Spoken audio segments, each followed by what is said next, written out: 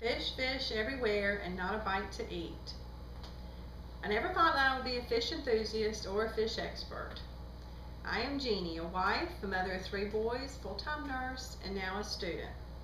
I never had pet fish growing up, but this never really bothered me. But about 5 years ago, my kids started asking for a small pet. I think they had something small and furry in mind, but I decided a 10-gallon aquarium with a few fish in it would be perfect. This would not be too time consuming, nor would have to deal with pet odors. We followed all the directions, we set up the aquarium and headed out to the fish store to acquire our new fish. After consulting with the fish experts at the store, all of my kids picked out their own fish to bring home.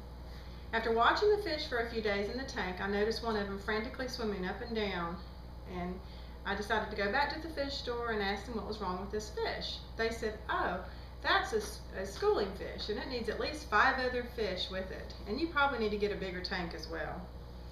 So I also learned that at the expense of several other fish, that you need to monitor your water levels and maintain this.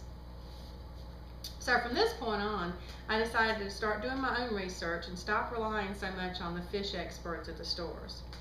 I also began searching for a bigger tank, and I finally found a 29-gallon fish tank. I continued my research on fish and added several more. I even found a few fish store employees that seemed to be pretty knowledgeable. While looking for a unique fish one day at the fish store, one of the employees suggested I get a betta fish to add a splash of color to my aquarium. But if you know anything about betta fish, generally they have to be alone. But they have one in a community tank at the fish store, and they assured me this would be okay.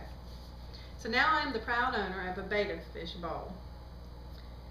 About 2 years into my newfound hobby, we were renovating the backyard, and I decided that a 250-gallon fish pond would be a good addition. So now I have a few koi fish and several goldfish, but these are pretty easy to maintain compared to the aquariums on the inside. I guess my husband and kids have realized that this hobby is not going to go away.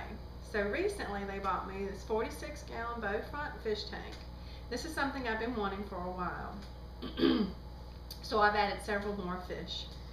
Who knows what will be next, but I do know that the saltwater aquariums in the fish store are looking pretty intriguing.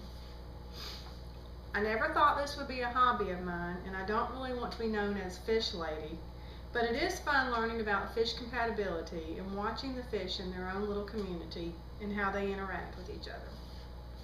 Funny, these were supposed to be my kids' pets, and now the only picking out they do is the picking out of the names. But don't worry about them. About 3 years ago, we bought them a kitten, but that is another story altogether.